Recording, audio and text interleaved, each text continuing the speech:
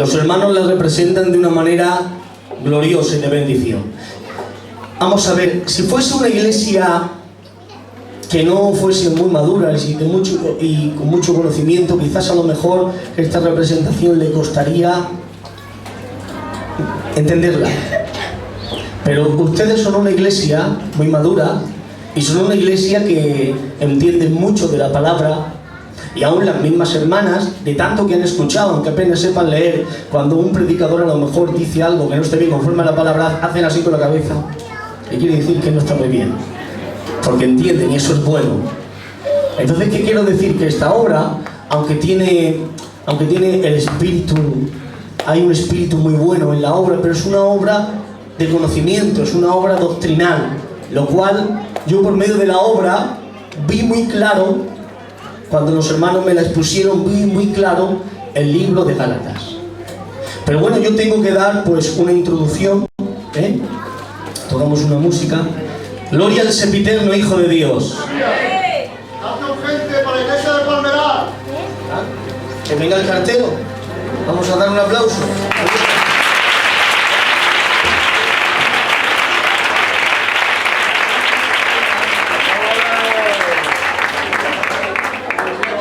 Bueno, vamos a hablar de orden, vamos a ver lo que dice. A la iglesia del Palmeral. Pero bueno, ¿quién manda la carta? El apóstol Pablo, año 55 aproximadamente después de Cristo. Vamos a abrirla.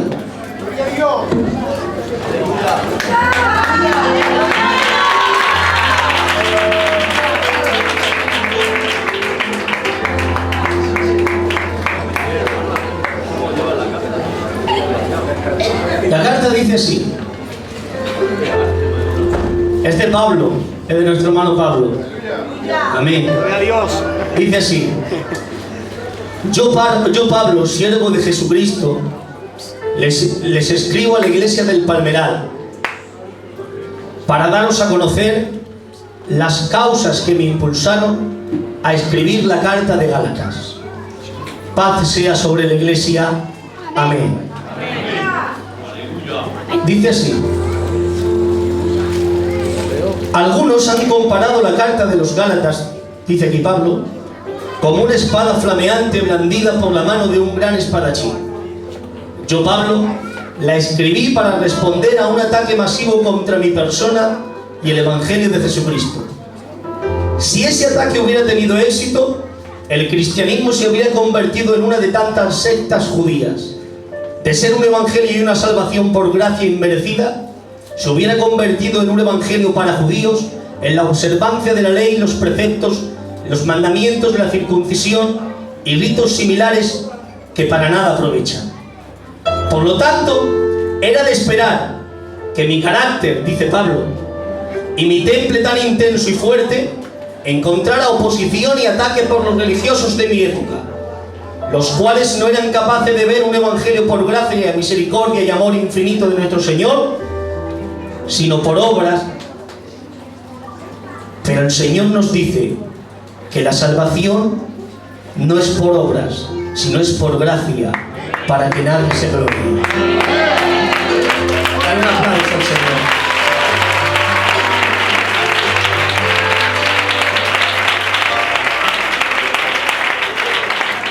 En breve les cuento lo que sucedió, dice Pablo. Atacaron mi apostolado, estos señores que se introdujeron encubiertamente en Galacia. Pero yo recibí mi apostolado no de ningún hombre, sino de nuestro Señor Jesucristo mismo, en aquel día glorioso, en mi camino a Damasco. Pero hermanos, no quiero que yo, Pablo, que piensen que soy un anarquista que no se somete a nada.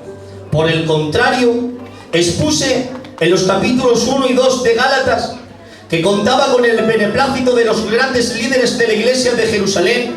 Con mi constante ir y venir a Jerusalén comprobaron que predicábamos la misma doctrina. Estábamos en el mismo bando. Pero la lucha más intensa es que habían judíos que al convertirse al cristianismo continuaban creyendo que las promesas y los privilegios seguían siendo para Israel.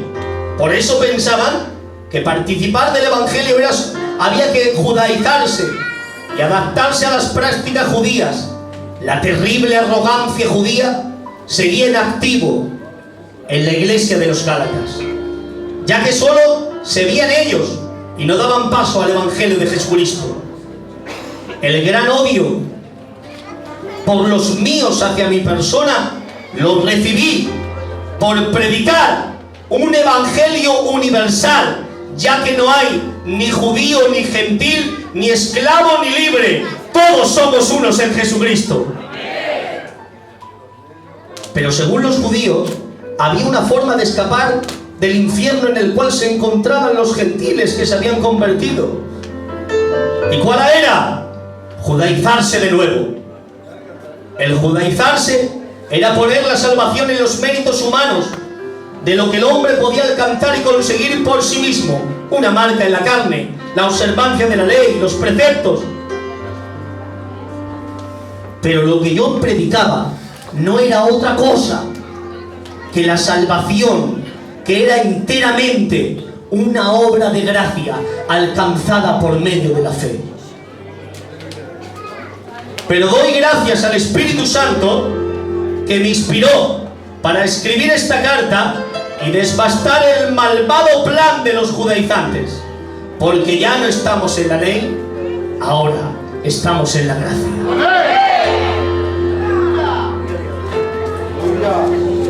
Pero mejor es que todos ustedes vean lo que más o menos ocurrió de mano de los jóvenes del Palmeral, ya que el Espíritu Santo les ha inducido a hacer esta obra. Dice aquí el apóstol: gracia y paz sea a vosotros, y esperamos vernos en el reino de Dios. Un aplauso de los hermanos.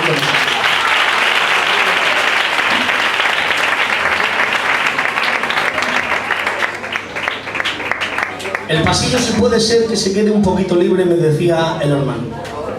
Por favor, que si no, no pueden pasar.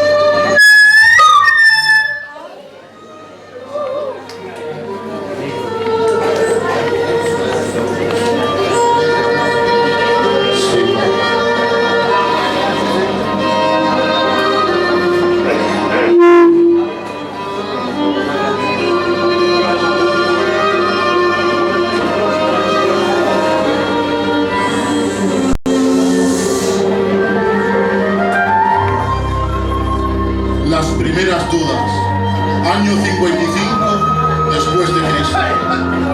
Estamos viviendo un periodo de cambio.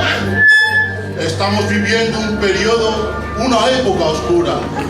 Los cristianos están sufriendo una crisis de fe. Están siendo perseguidos por los judíos a causa de que no guardan la ley mosaica. La situación está haciéndose insostenible y muchos de los cristianos están regresando al judaísmo. Pero en ocasiones está ocurriendo algo mucho peor. Están tratando de ser cristianos guardando la ley judía. No entienden, no conocen, les falta confianza. A ello ha contribuido la falta de verdad acerca de algunos hechos que acontecieron en Jerusalén y a la aparición de ciertas cartas falsas que afirmaban ser de Pablo. Pero veamos más en detalle qué aconteció una mañana de julio.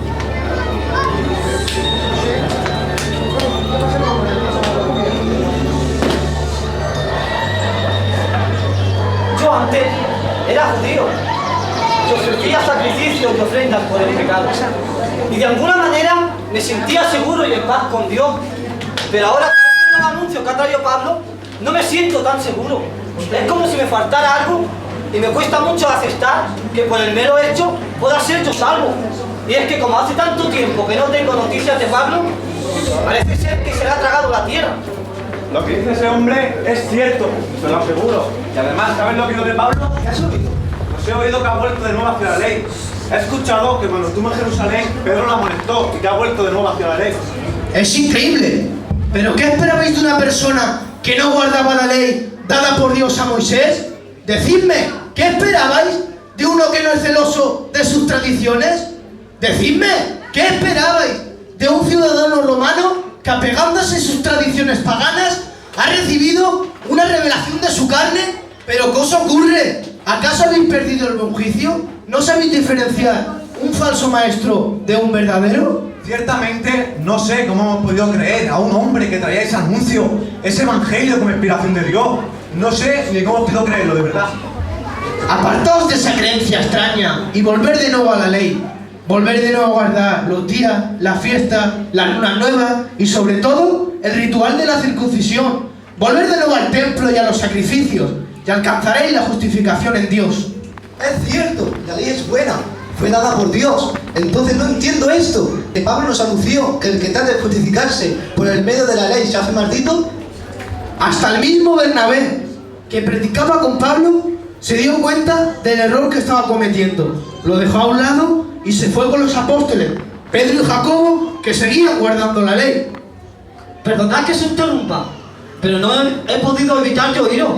¿Estáis diciendo que Pablo está guardando la ley? Pero si él mismo predicaba a los hombres que solamente podían ser justificados por la fe en Jesús y no por las obras de la ley, ¿es eso posible? Esas son las últimas noticias que nos llegan desde Jerusalén. ¡No puede ser! Nosotros aquí padeciendo persecución y abandono por nuestros seres queridos, que aún profesan el judaísmo. Nos han negado la conversación, no nos dejan pasar ni siquiera a sus casas. Y ahora resulta que Pablo está equivocado. No puede ser, no puede ser. Yo me voy ahora mismo a Jerusalén a ver si todo esto es cierto. ¿Qué hacemos? Vamos con él. ¡No vayáis! ¡No vayáis! ¡Aleluya! ¿Qué es más fácil de cumplir para vosotros? ¿La ley o la gracia? La gracia que predica Pablo son para los débiles, son para aquellos que no han vivido una vida recta y disciplinada, son para aquellos que han nacido en pecado, pero no para nosotros, judíos, pueblo apartado por Dios, consagrados desde la niñez, observantes de la ley. ¿Verdad? Bueno, pero de todos modos, miré a Jerusalén, a ver si logro convencer a estos judíos.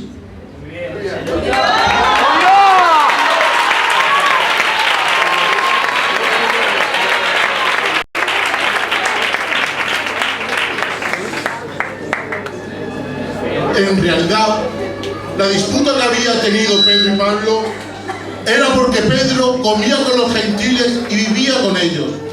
Pero al venir un grupo de judíos enviados por Jacobo, dejó de comer con los gentiles y solamente comía con los judíos, por el temor de ser perseguidos por estos. Y en esta simulación también participaban los demás judíos, hasta el punto de que el mismo Bernabé fue arrastrado por ellos y engañado. Perdóname, Pablo, no entendía lo que significaba el andar en la ley de Cristo. No te preocupes, Bernabé, todos cometemos errores, pero hay que saber perdonar. Ciertamente, yo no quería reñir a Pedro, pero su comportamiento era digno de ser reprendido. Al ver que no vivía conforme a la verdad del Evangelio, mi corazón por poco explota. No podía entender cómo Pedro, que vivía como un gentil, quería obligar a los gentiles a vivir como judíos. Pero al final recapacitó y volvió en sí. Están a punto de llegar unos hermanos que se han convertido recientemente, pero tienen algunas preguntas. Muy bien, pasad, hermanos.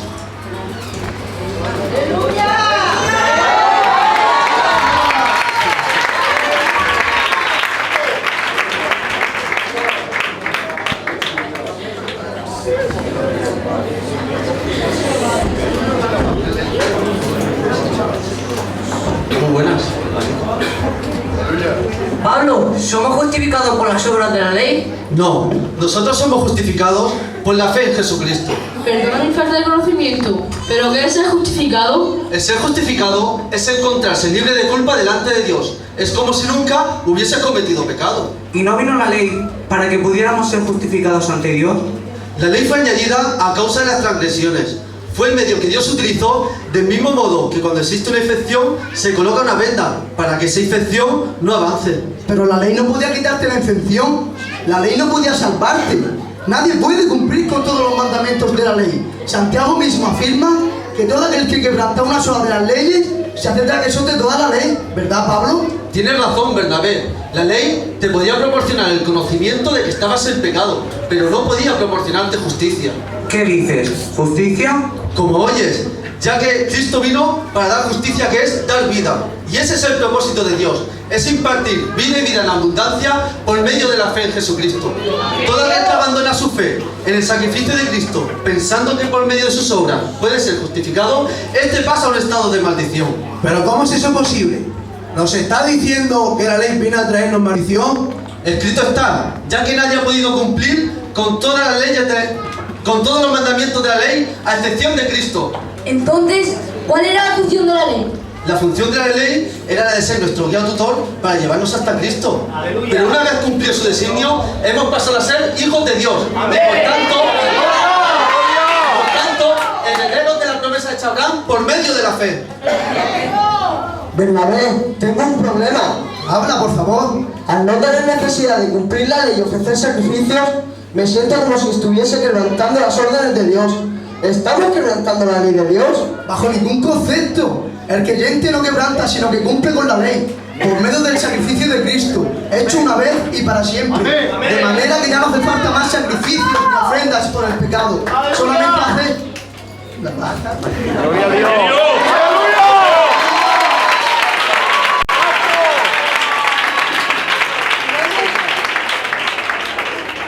Sabemos que la promesa que Dios nos da a Abraham es que los gentiles serán justificados por medio de la fe, pero la ley fue dada 430 años después de esta promesa. Entonces, ¿no invalida la ley el pacto que Dios hizo con Abraham? Hermano, hablo en términos humanos. Un pacto, una vez haya sido confirmado y dado por válido, no puede ser añadido ni invalidado. ¿Cuánto más una promesa hecha por Dios? Pablo, cuando Dios nos llamó, ella sí me notó sus errores, ¿verdad? Sí. Y con eso nos regaló su gracia, ¿verdad? Exacto. La gracia bien entendida nos proporciona esa santidad que tanto deseamos. Pero nunca olvidemos que la gracia sirve para acercarnos a Dios y no como excusa para cometer pecado. ¿Pero qué dices? Esto es una locura. Entonces, ¿bajo qué ley estamos? Estamos bajo la ley de Cristo. Cristo no vino a abolir la ley, sino a darle plenitud. ¿Y en qué consiste esa ley? Pues esa ley consiste en llevar la carne de los unos de los otros, en amar a tu prójimo como a ti mismo.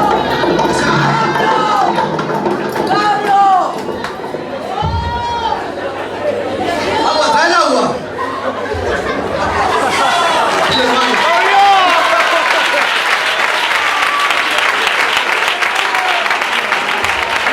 ¿Qué pasa? Existen problemas en Jerusalén. Algunos de los hermanos se están dividiendo.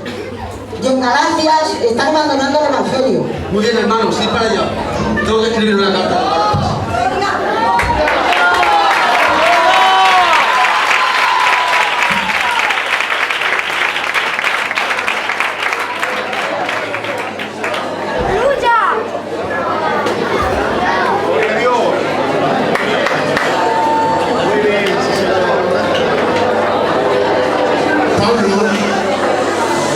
Después de escribir la carta a los Gálatas, marchó para Jerusalén.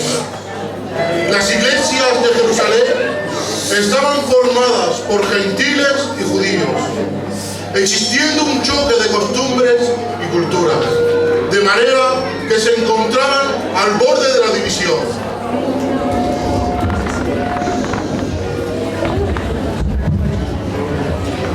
Yo represento a los judíos y estamos hartos. Vamos a hacer una congregación donde nos entienda.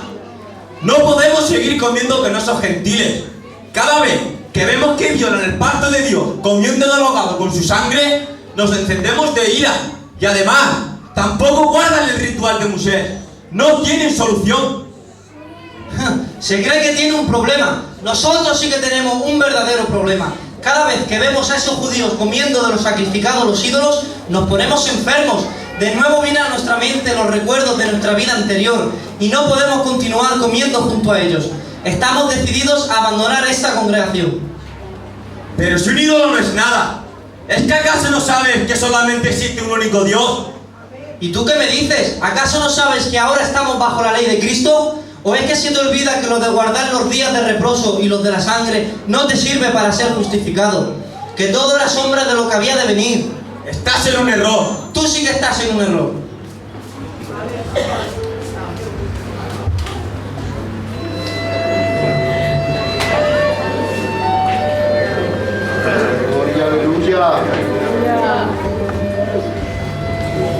Por fin he llegado a Jerusalén. Y con la suerte de que Pedro se encuentra aquí y Pablo viene de camino, por fin todas mis dudas serán aclaradas. ¡Arrepiéntete! ¡No! ¡Arrepiéntete! ¡No! ¡Arrepiéntete!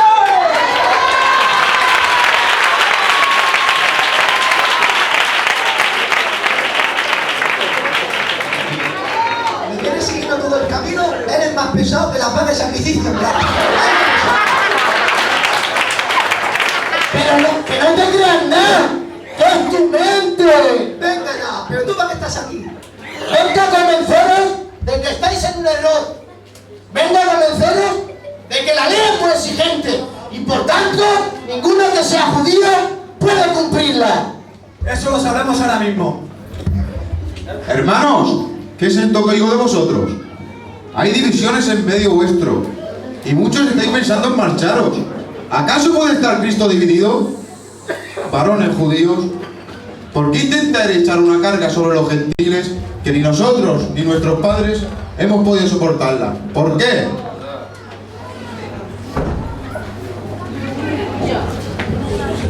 Hemos tenido un consejo y hemos decidido que todos ustedes, pueblo de Dios, se atengan de los sacrificados a los ídolos de sangre y de ahogado. ¿Ves cómo tenemos que seguir guardando la ley? ¡No! ¡Sí!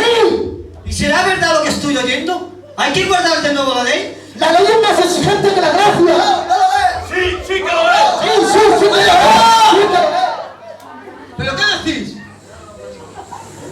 ¿Qué creen ustedes que es más fácil cumplir?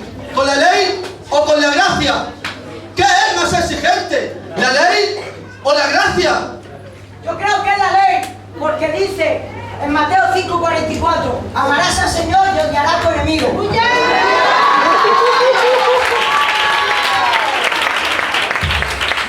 Yo creo, hermanos, que es más exigente la ley de Cristo, porque dice, amarás al Señor y amarás a tu enemigo. ¡Amén! Pero la ley dice en Levítico 24:19, ojo por ojo y diente por diente, y el que hiera un hombre de muerte que muera. Sí, pero la ley de Cristo dice en Mateo 5:44, no traten de vengarse de los que me hacen daño, sino bendice al que te maldice, y haz bien a los que te odian. Hermanos, ¿saben ya qué es más exigente? ¿La ley o la gracia? La gracia. Yo creo que es la ley, porque dice, no mates porque serás condenado. Pues yo creo, hermano, que es más exigente la ley de Cristo. Porque la ley de Cristo dice que el que se enfada con su hermano tendrá la misma condenación que si hubiese matado. Sí, pero la ley dice, no cometerá adulterio. Sí, pero la ley de Cristo dice que el que mira a la mujer para desearla ya comete adulterio en su corazón.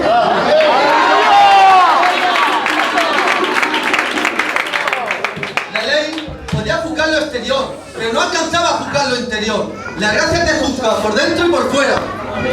Cristo no vino a abolir la ley, sino a darle plenitud. Cristo vino a dar el verdadero cumplimiento de la ley. Entonces, ¿por qué habéis acordado que no comamos de los sacrificados y de la sangre y del ahogado? ¿Por qué? ¿Es que acaso ignoráis que entristeciendo a vuestros hermanos le ponéis piedra de tropiezo y no andáis conforme a la perfecta ley de Dios? ¿Acaso el reino de Dios es comida o bebida? No permitáis que por vuestro caminar, que por vuestro comer o por vuestro beber se pierda uno por los cuales murió Cristo. Esto lo hemos decidido para que en la Iglesia de Dios no existan divisiones. Por lo tanto, os exhortamos a que ningún hermano juzgue o menosprecie a su hermano por guardar ciertos días, por comer ciertos alimentos o por guardar ciertas costumbres. Porque recuerda que no serás más aceptado ante Dios porque comas o dejes de comer, porque guardes ciertos días o los dejes de guardar. Tu justificación viene de Cristo y no de tus obras. Iglesia del Dios viviente, decidid el no poner tropiezo los unos a los otros. Iglesia del Dios viviente, decidid el estar firmes y unidos. Y el mismo Dios de paz os santifique por completo y todo vuestro ser, alma, cuerpo y espíritu.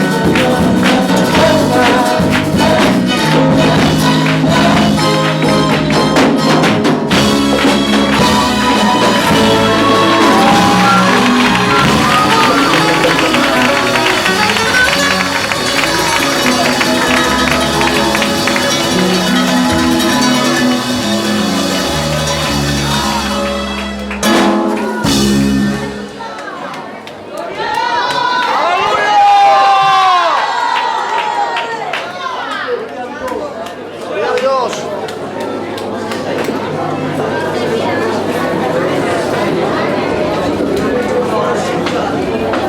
Aleluya.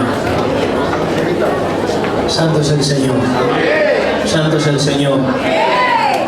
Bendecido sea el nombre del Señor. Aleluya.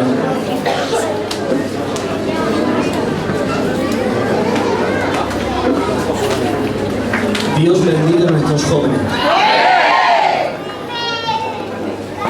Dios bendiga a nuestros jóvenes. Dios bendiga a nuestros hermanos, a nuestro hermano Miguel. Que el Señor le bendiga mucho. Y que el Señor bendiga a nuestro hermano Josué. Por poner en el Señor esa carga tan intensa por nuestros jóvenes. Lo que hemos visto, hermanos, aquí.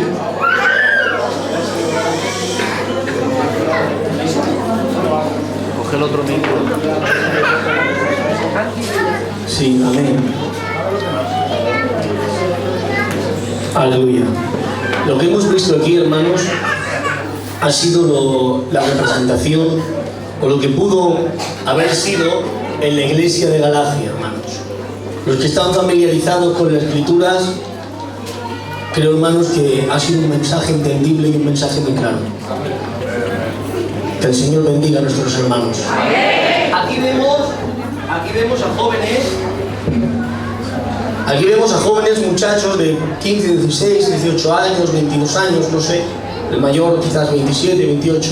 Bueno, pero no sabemos, hermanos, lo que puede haber en estos jóvenes al día de mañana. Gloria a Dios. Había un profesor de escuela que cuando entraba al colegio decía: buenos días, señores. Buenos días, señoritas. Y cuando terminaba decía: hasta luego, señores. Hasta luego, señoritas. Y era un profesor de primaria y tenía a niños pequeños como estos. Y ya le preguntaron: bueno, profesor, ¿y por qué dice eso? Y dice: porque ustedes ven a niños pequeños, pero no sé lo que puede haber delante mía. Delante mía pueden haber catedráticos, pueden haber médicos. Delante suya, en esa clase, había un niño que respondía el nombre de Abraham Lincoln, que más tarde fue el presidente de los Estados Unidos. No sabemos, hermanos, lo que el Señor puede hacer con estos jóvenes si se dejan en la voluntad del Señor. Al día de mañana, si el Señor no viene antes, podemos tener a futuros predicadores de la obra. Al día de mañana podemos tener a diáconos. Al día de mañana podemos tener aquí, hermanos, a profetas. No sabemos lo que podemos tener. Por eso digo que tenemos que cuidar a nuestros jóvenes. Y reprendo a todos los demonios que quieren atacar a la juventud. En el nombre del Señor. En el nombre del Señor, aplaude a Dios con alegría.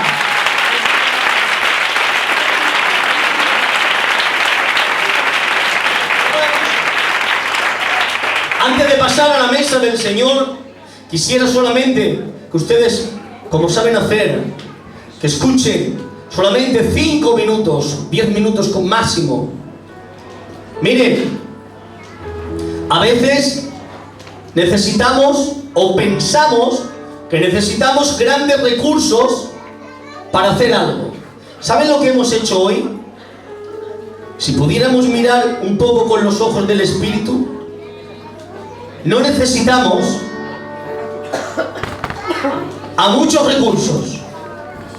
Estos jóvenes, con lo que han dicho aquí, han machacado a los infiernos, hermano. Han machacado el poder del demonio en esta tarde. Aleluya. Dios bendiga a los grandes hombres que nos predican la palabra, como es el Pichi, como es toda esta gente.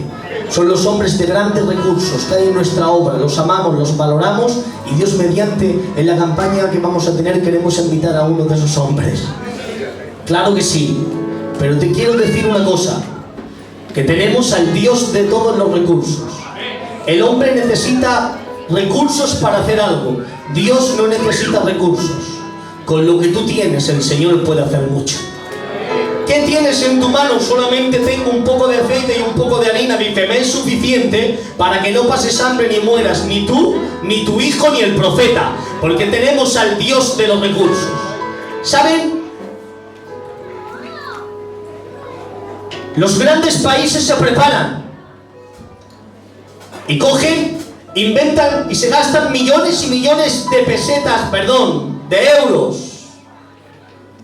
Se gastan en hacer misiles para tener un poderoso arsenal, unos poderosos recursos. Se guardan misiles, sí, hacen todo eso. Y cogen y también utilizan armamento nuclear, intentan hacerlo también. Y también cogen y se inventan unas ametralladoras que disparen no sé cuánto por segundo.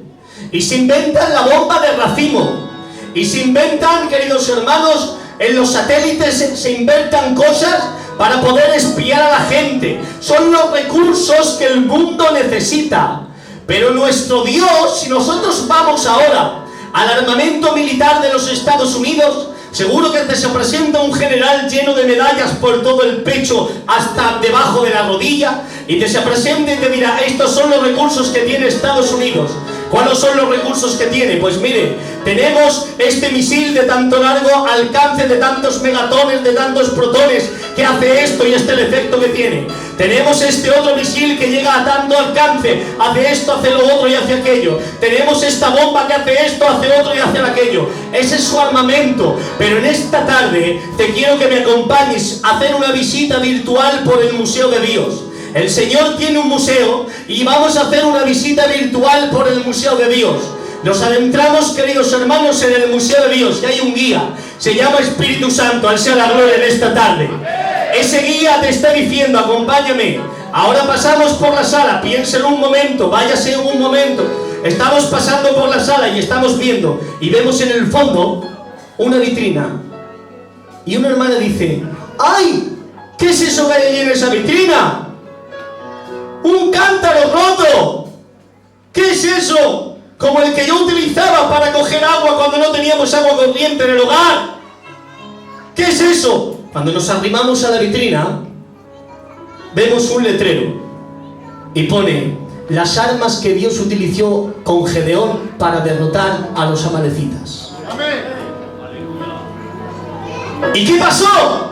Y el Espíritu Santo te dirá, un pueblo tan numeroso como la arena del mar, le bastó al Señor solamente coger un cántaro, una tea y una trompeta, y fueron suficientes para devastar a todo el imperio y que entre ellos mismos se matasen y se fueran. Y ese es el museo. Aquí lo tienes en una vitrina, un cántaro, una tea y una trompeta. Porque nuestro Dios es el Dios de los recursos, y con un cántaro, una tea y una trompeta hace huir a todos los demonios. Pero vemos al fondo y un hermano atrevido dice, ¿qué es eso? Parece un tirachinas. Hay un tirachinas. Y al lado del tirachinas, 4 piedras. ¿Qué es eso? Y nos arrimamos y pone abajo las armas que David utilizó para derrotar a un gigante de 3 metros. ¿Y cómo fue eso? Sencillamente, que mientras todos estaban amedrentados, bastó un hombre de Dios lleno de la unción del Espíritu Santo para coger un trozo de cuero cogido con 2 hilos, hacer así. Cogió 5 piedras, pero solamente utilizó una. Fue tan certera que cayó el gigante, le cortó la cabeza y fue derrotado en el nombre de Jehová. Ese es el arma que Dios utiliza, un trozo de cuero. Esos son los recursos de Dios. Sí, porque tenemos al Dios de todos los recursos. Tenemos al Dios que todo lo puede. Pero hay otro que dice, ¿qué veo en el fondo? Veo un hueso seco. Y parece un hueso de asno que está por aquí. ¿Qué es eso? Dice, eso Fue una quijada que Sansón se encontró para poder matar a 1000 filisteos y hacer un montón, 2 montones y 3 montones. Esas son las armas que Dios utiliza. El enemigo utilizará sus armas y la gente del mundo utiliza las suyas, pero el Señor utiliza las suyas. Hermanos, y esto es de risa, un cántaro, queridos hermanos, y que pueda derrotar a todo un ejército. Si esto es de risa, un trozo de cuero y una china que pueda matar a un gigante de 3 metros, queridos hermanos, un trozo de hueso que se encuentre, que pueda matar a 1000 hombres, sí, pero ese es el Dios que tenemos. Pero ahora ve un palo seco que se encontraba por allí, y este palo seco tan importante que está de pie, que está aquí puesto en esta vitrina con este cristal, ¿qué es? Se pone ese palo seco, es sencillamente lo que llevó Moisés para derrotar a un imperio tan poderoso de la época como era el imperio de Egipto. No llevó armas, llevó un palo seco, pero fue dirigido por la mano y por la voluntad del Señor. No sé si me entiendes el mensaje que te transmito en esta tarde, pero te transmito una cosa, hermano y hermana que me escuchas: tu cántaro, tu tea, la trompeta, el trozo de cuero que tú tengas, lo que tengas en tu casa, en tu vida, en tu corazón y en tu ministerio, Dios lo va a utilizar para hacer correr y que huya todos los demonios y todos los problemas, porque somos victoriosos. Tenemos al Dios de los recursos.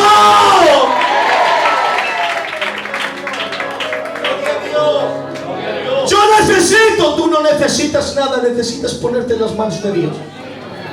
Es que yo quiero, no.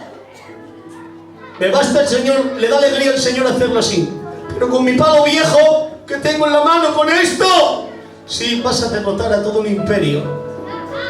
Y luego ve un madero grande ensangrentado. Y ese monumento fue el medio por el cual murió Cristo. Fue el medio que utilizó. Fue el medio que utilizó para derrotar a todos los demonios. Le bastó al Señor una cruz, un palo, para que todos los demonios, todos los infiernos, Satanás, los demonios, Apolión, los demonios del Tártaro, los demonios que están en las prisiones de oscuridad, Satanás, los infiernos, el Señor reprenda a todos los demonios. Aleluya, gloria al nombre del Señor. Los principados, las potestades, aleluya, para derrotar a todos los hechiceros, a todas las brujas, a todo el poder del infierno, a todos los curanderos, a toda la magia negra, a toda la magia blanca, a toda la obra del pecado. Le bastó al Señor un madero, dice, venciendo y triunfando sobre todos los demonios, sobre la cruz. Le bastó al Señor una cruz, un palo, para poder vencer a todos los demonios. Pero ahora te digo yo, tú eres un hijo y una hija del Señor, y como decían los hermanos, estamos en la gracia de Cristo. Te digo que somos poderosos. La palabra dice, vuestras almas son poderosas en Dios, para destrucción de fortalezas, para destrucción de los infiernos. Hermano y hermana, tú que dices que no puedes y que no quieres recursos, recibe esta palabra profética. Tienes al Dios de los recursos, y a Él le place, lo digo de otra forma, le da la gana darte la victoria con lo que tú tienes. Si no tengo nada, por eso Dios le da la gana hacerlo, para que veas que no eres tú, que es Dios el que obra en ti. Inclina tus ojos ahora. Aleluya.